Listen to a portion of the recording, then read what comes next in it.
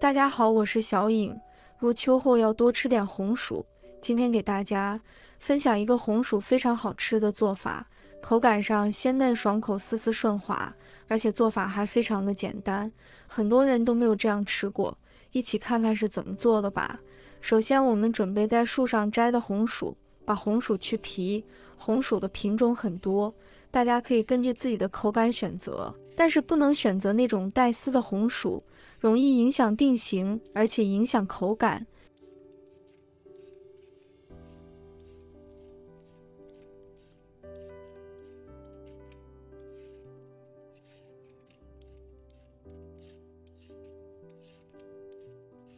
去皮之后，放入碗中，倒入清水，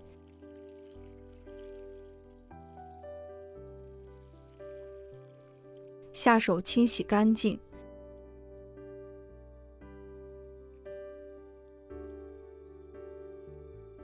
洗净后控水捞出来，然后再改刀切成厚厚的薄片，尽量切得薄一点，这样容易熟得快。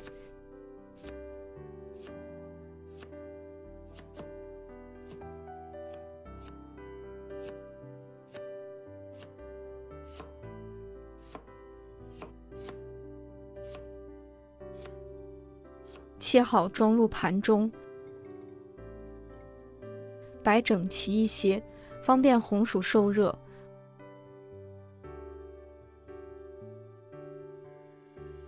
锅里加入清水，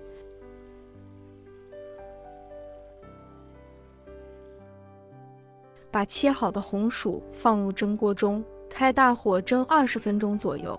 现在看看蒸好的红薯，像这样。蒸到红薯非常软烂，用筷子轻轻一扎就烂了，这种状态就可以了。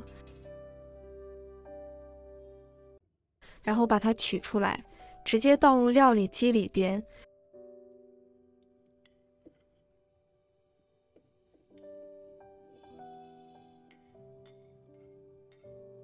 再加入850毫升的清水。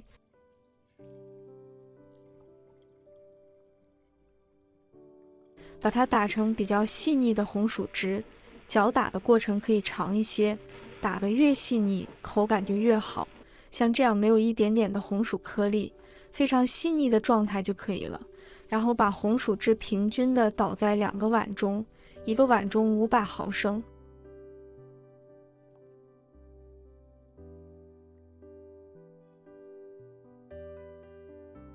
接下来我们准备80克左右的红薯淀粉，放入一个大一点的碗中，再放入40克左右的糯米粉。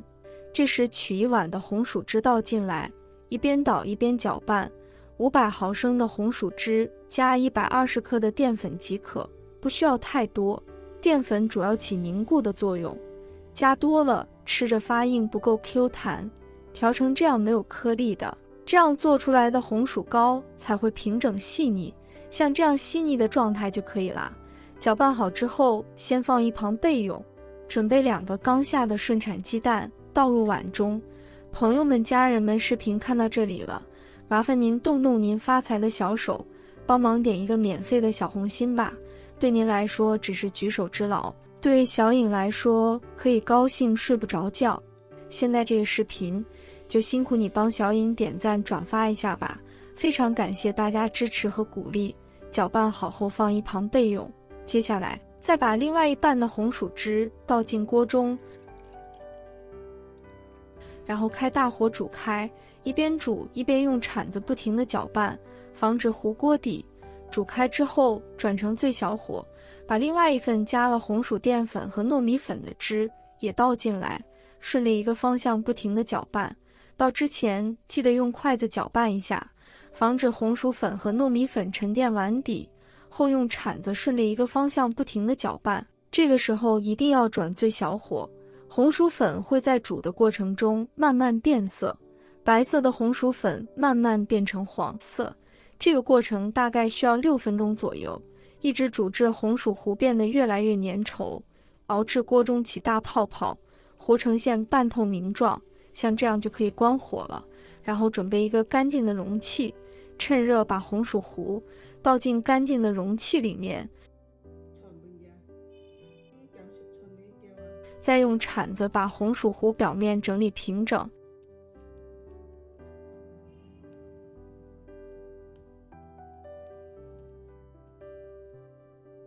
然后像这样轻轻地震荡几下，排出里面的气泡。最后常温放凉，让其定型即可。也可以放入冰箱中冷藏定型，那样更快。冷却后的红薯糕，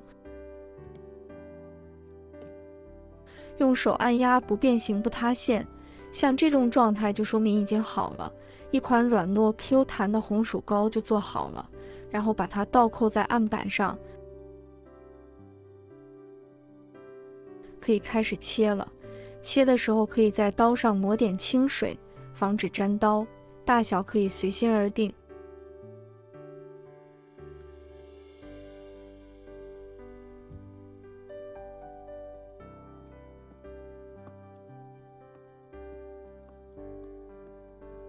这款红薯糕与传统做法上有所不同，我们选用味美香甜的红薯来代替大米，口感上鲜嫩爽口，丝丝顺滑，就算不调糖汁也不会显得单调无味。我们可以搭配家里的牛奶吃，吃起来冰冰凉凉的，爽口又好吃。还可以搭配白糖来吃，口感 Q 弹，太好吃了。不喜欢吃甜的，还有另外一种吃法，搭配姜蒜小米辣、炒五花肉、肉末都特别爽口。红薯糕还可以用来凉拌食用，吃法不同，味道也不尽相同，不过都非常的好吃，可甜可咸，满足不同的味蕾。喜欢吃凉的朋友可以放进冰箱里面，冰凉爽滑也不错。这样做的红薯糕软软糯糯的，咬上一口又有红薯的香甜味，非常好吃，不用炸不用烤，吃多了也不会上火，做法还特别简单。如果大家也喜欢，就收藏起来试一下吧。喜欢我的视频记得点赞关注留言哦，点我头像还可以看到更多的家常美食。我们下个视频再见吧。